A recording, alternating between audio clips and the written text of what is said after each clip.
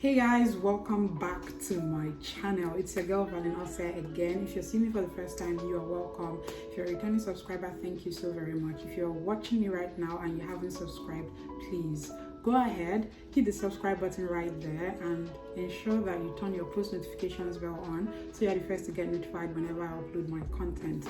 Guys, in today's video, I'm going to be sharing with you why I passed my US F1 student visa interview at one sitting. This does not mean that if you went for your visa interview and you were denied that something is wrong with you. No, this is just me sharing my experience and what I believe are the reasons why I passed my visa interview, and hoping that you learn from the things that I did so that your visa interview will be approved, if it is for the first time or for the second time or even for the third time, regardless of where you fall in right now. So if you're interested in knowing how I was able to do it in less than 3 minutes, please ensure that you watch the video in full. Also, do not forget that I have a video about my experience really on my channel. So search through my channel for my F1 visa interview and you watch the video. You can see the link somewhere here as well. So let's dive right into today's video because I can't wait to share all the tips I have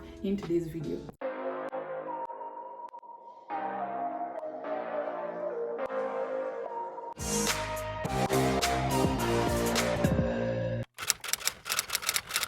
So guys, welcome back to my channel. So before we dive right into today's video, I just wanted to let you know that I have a couple of videos on my channel centered around F1 visa interview questions and answers. In my last video, I talked about, I answered questions, mostly 2021 questions that you will potentially be asked during your F1 visa interview. So ensure that you watch that video as well and search through my channel for other visa interview videos that will be helpful to you, because I believe they will be helpful to you. So the first thing that I believe was one key thing that resulted in my visa interview being successful was because I had a sponsorship conversation with my sponsor.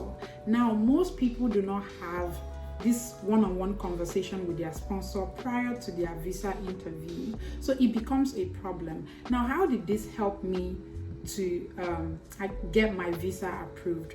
When I got to the embassy, one question they asked me was, why do you have this huge sum in your sponsor's bank statement?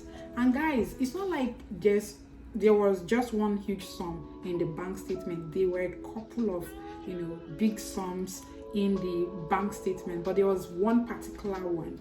And so because I have had that conversation with my sponsor, I went through the bank statement from the last 6 months. So we sat down. So I just told my sponsor that if you really want me to get my visa approved, then you need to have this conversation with me. I need to be able to prove why you have such an amount. And because of his person and what he does, so I knew that that question was going to be asked or thrown at me. So you need to understand your situation as well. So we had that conversation, we sat down, and then he asked me, what do I want to know? And then I was asking, why did this money come? What was this money used for? It wasn't like there was just this bank statement and then the money was just thrown in there. Like maybe if I needed $25,000, then they just put $25,000. That was what was in the account. No, I'm talking about huge sums for the past 6 months and even, continuing. So he now explained everything that was on the transaction, and I was asking this question because I was asking as the VO and he was responding as himself, but at that time he was responding for me. So I was taking notes of everything that he was telling me, which now helped me to answer the question. So when they asked me that question, and I wasn't surprised because I had already had that conversation with my sponsor. So I just told them why such an amount was in the bank statement and why he also had such amount or such transactions in his bank statements as well. So I was very convincing and I was very bold. I was very confident about my responses. So it was, you don't have any reason to doubt me at all. You know that I already had a conversation with my sponsor. Most people do not have that conversation, so it becomes a problem. So you want to ensure that you have that sponsorship, guardian or sponsorship conversation with whomever is going to act as your sponsor, which is why when you use someone else's bank statement, like you borrow someone else's bank statement, it is going to be very hard for you to prove what is going on in that bank statement. So the second thing that I did was being confident. I was very confident about myself. I don't know why, but it's been a part of me. I'm used to talking to people. I mentor people. I coach people. I hold events. I've been an MC, a compere. So it was, more like what I was already used to, but the confidence wasn't coming from that place really. It was coming mostly from knowing that I had done my research. I know why I'm going for this program. I know what I'm doing, and just knowing that I have done everything that was expected of me. So I was just talking more like in a conversational tone. I wasn't talking in, oh, if you don't give me this thing, I will die. I was having a conversation with the person. So I made it, enjoyable for the VO as well. So when you make it that way, it becomes, more interesting for the VO, because trust me, they meet different persons on a daily basis, and the only one that is memorable or lasting is the person that makes them to enjoy that process. So I think that was one of the reasons why my visa was approved. So the next thing that helped me get my visa approved was researching. Like I said, that it mostly can be tied to my confidence, because I said that my confidence was stemming from a place of my research. I had done my homework. I knew everything that is supposed to be known about the university. I knew everything, to a large extent. I knew everything about my major. I knew why I was going for that course. I knew why I chose. I know my why. So knowing your why is very key. Not just knowing the why the major, why the school, why US. So if you know the answers to those 3 key questions, you are setting yourself on the right path to succeeding. So I did that. So I was just having that confidence in me that, okay, I've done all that is expected of me. And I also made a list, like, I know everybody have like this transcript they make for themselves. So I had a transcript that I made for myself. I was rehearsing on a daily basis. I also made a video where I talked about the things you have to do before your visa interview process. So ensure that you watch the video on my channel, search through my channel, things to do before your visa, and even things to do during your visa interview. So watch those videos. They will help you so that you also understand how I was able to practicalize everything that I am telling you right now. So the next thing that I did that helped me to get my visa was working on my mindset. Now, I did not go to the interview with the mindset that my visa will be denied.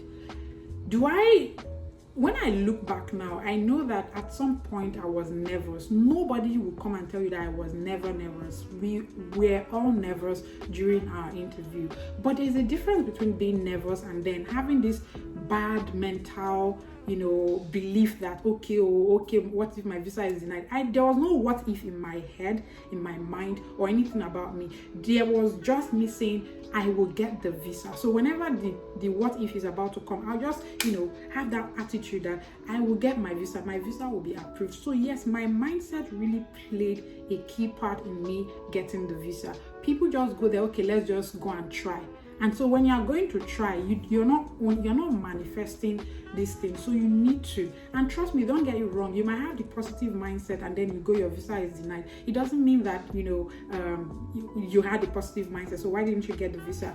It's a culmination of a lot of factors. So maybe something didn't really work well, but that doesn't also end there. You can try again and reapply, because people have applied 3-4 times and their visa was approved. So you don't have an excuse to give up for any reason. So the next thing that I did was being unique and original with my answers. I did not give generic answers. I did not give answers that you find on the internet. I only gave answers that were peculiar to me. So when they asked me questions like why this university, I made a video where I talked about the F1 visa interview questions and answers, and I answered that question particularly. If you watch that video, you know that the response that I gave in that video was very personal, very unique, very original. I wasn't telling you things that they are used to hearing. So you want to go there and answer questions in an original format, so that it will even give, if the viewer wasn't really interested in asking you questions or giving you that visa, you can open up the viewer's heart to be receptive of who you are and want to even learn more about you. So I don't know if this makes sense, but I was very original with my questions. And if you want me to teach you or give you tailored responses to your major or to your school or for your visa interview, please click the link in my description down below, so you can either book a consultation or book my visa application process masterclass as well. So yes, that would help you. So the next thing that I did, which I believe helped my visa to be approved, was I did not give them the chance to repeat themselves or ask me follow-up questions. I was very ready to provide them the answers that they needed. So what do I mean by this? I understood the question that was being asked. And because I have an understanding of that question, when I'm asked a question, I'm giving you the right answers that you're looking for. So it is not like, maybe they ask you a question like, who is your sponsor? And then you say, my sponsor is my uncle. I didn't answer questions like that. Or,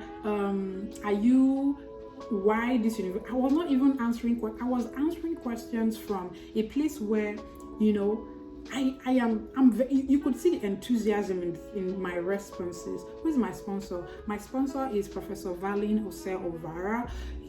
She's a professor in the University of Alabama at Birmingham, UAB. During my undergraduate days, she said that if I graduated with a first-class degree, she would sponsor me anywhere in the world for my master's program. And so I dedicated my time to studying and excelling in my undergraduate days, and I graduated as a top graduating student in my department. And afterwards, I reached out to her, and she kept to her promise. And now I'm going to the United States of America, and she's the one sponsoring me. So it is very original. It is very, me. Your case might be different. So find, a story that is very soothing, not a story that is regular. Everybody, they've heard it all at the embassy. So you want to say something that is very unique. I don't think I've heard or seen anybody that say, oh, I was sponsored because I graduated well. But that is something that can be key to you. So utilize that, utilize your situation, utilizing your story, and utilizing my story helped my visa to be approved. They didn't ask me this question, by the way. Yeah. I can't remember, but you can watch my video where I shared my experience. Maybe I mentioned it in that video. So the next thing that I believe I did that made my visa to be approved was I found the balance between being concise and providing detailed answers to questions. Now, I know I've made a couple of videos where I even mentioned you have to be concise, but people do not understand the difference between being concise and, not answering the question. So if your being concise is giving out one syllable responses, your visa will be denied. I never gave any yes or no answer. Even if you ask me, how old are you 20 years old? I will not say yes. I will tell you, yes, I'm 20 years old, or I'm 20 years old. That's what I wasn't giving you yes or no answer. No, because I know that I'm telling you my story, and that's what you're supposed to do. When you get there, tell them your story. So when they're asking you questions about, like, what question would they ask you? Let's say, what do you know about this university? Don't tell them your story. How did you even find out about the school? Sometimes people can find out about a school from attending like awareness programs that are held in all these big cities in Nigeria, like Lagos, Abuja, Port Harcourt, and all those things. So you can see the way they treated you, the way they handled you, the way they were very receptive. That is, you say the things about the school, and you could infer that if their officials are that way, that they would also treat you that way when you get there, especially when your family will not be there. From there, you can now talk about, other things about the school, their research, the professors, the facilities, and don't just go down and saying, oh, they have the best facilities, they are highly ranked. Yes, they are, but what else is peculiar to you? So I was always very ready to not just give concise answers, but I was answering the questions, so I found a balance. So what I'm saying is find a balance between being concise and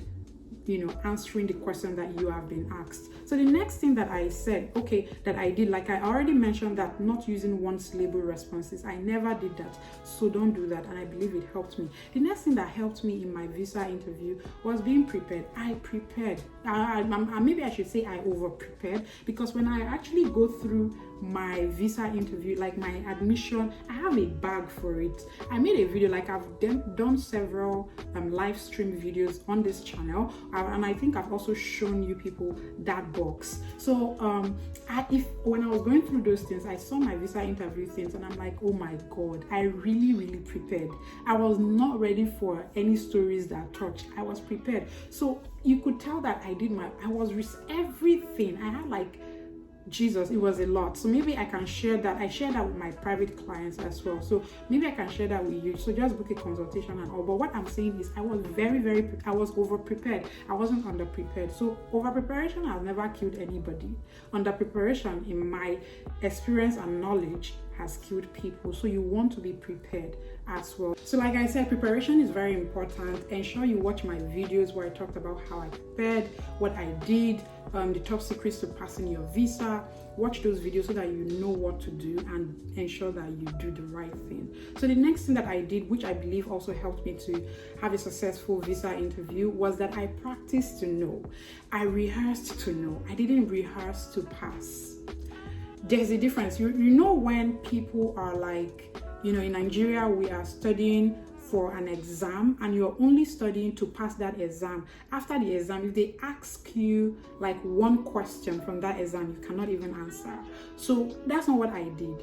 I practiced and rehearsed to know. So anything I was doing in terms of researching, I was feeding my soul. So if you wake me up in the morning, I can say the same thing all over again. And the reason why this is helpful is because when you get to the embassy, if you watch my video where I talked about my experience at the embassy, I mentioned that the VO will just be asking you questions left, right, and center. They don't wait for you to finish the explanation. If they are okay with your explanation as you are talking, they're already cutting you short and asking you a different question. So what that does is, or the idea behind doing that is because they want to throw you off balance and see if you really know what you're talking about. So, but when you rehearse to know, when you practice to know, that would help you and keep you safe, which is what I did. And I believe it helped me because when they were asking the questions, throwing me off balance, I was already prepared. And again, I'm used to doing things like that. So it pretty much, prepared me for that interview day. So I believe if you do this as well, your visa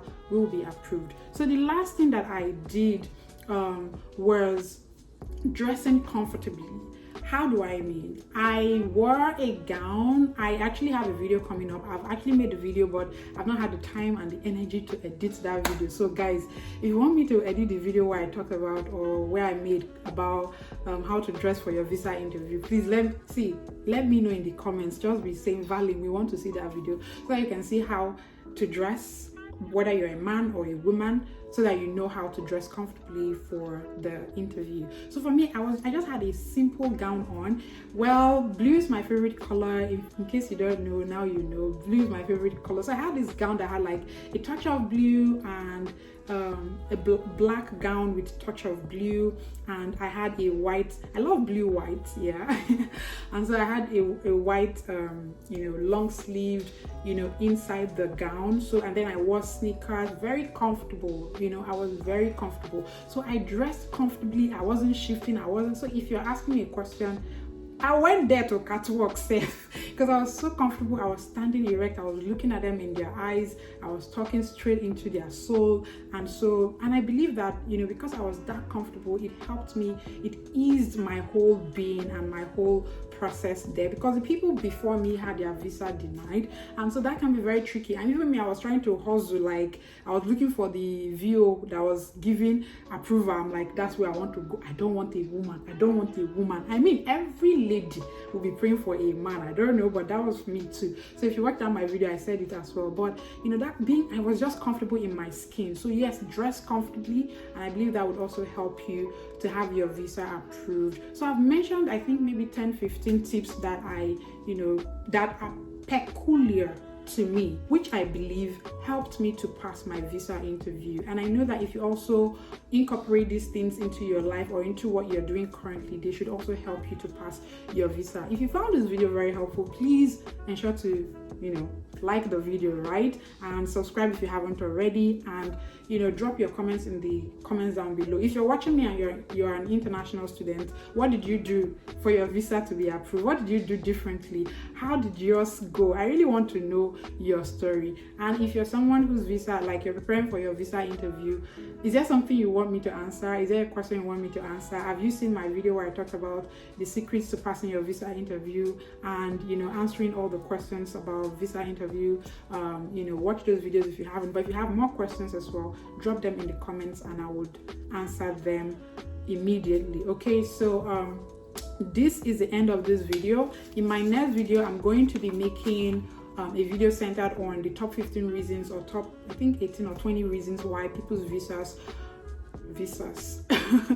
why people's visa are denied. So if you're interested in that video as well, ensure that you subscribe and ensure that you're following me on all of my social media platforms. Before I forget, we have a Telegram community for aspiring and current international students, so please do well to check the links in my description down below. Join my mailing list, join my Telegram community, follow us on Instagram, Twitter, Facebook, visit our websites, just book a consultation with me if you're interested. And if you're someone who's about to begin your study abroad journey, sign up for my my waitlist for my Study Abroad Juniors Masterclass, which is going to open up in August. Remember, admission season is upon us, so I've helped people secure admissions, have their visa approved, just navigate their life here in the USA. And if you want to be a part of that program, then sign up immediately so you can come here to share your success story as well. So guys, this is the end of this video, and yes, until we see again in my next video, I remain Valinose and I pledge to never give up, and I hope that you do the same. Bye guys.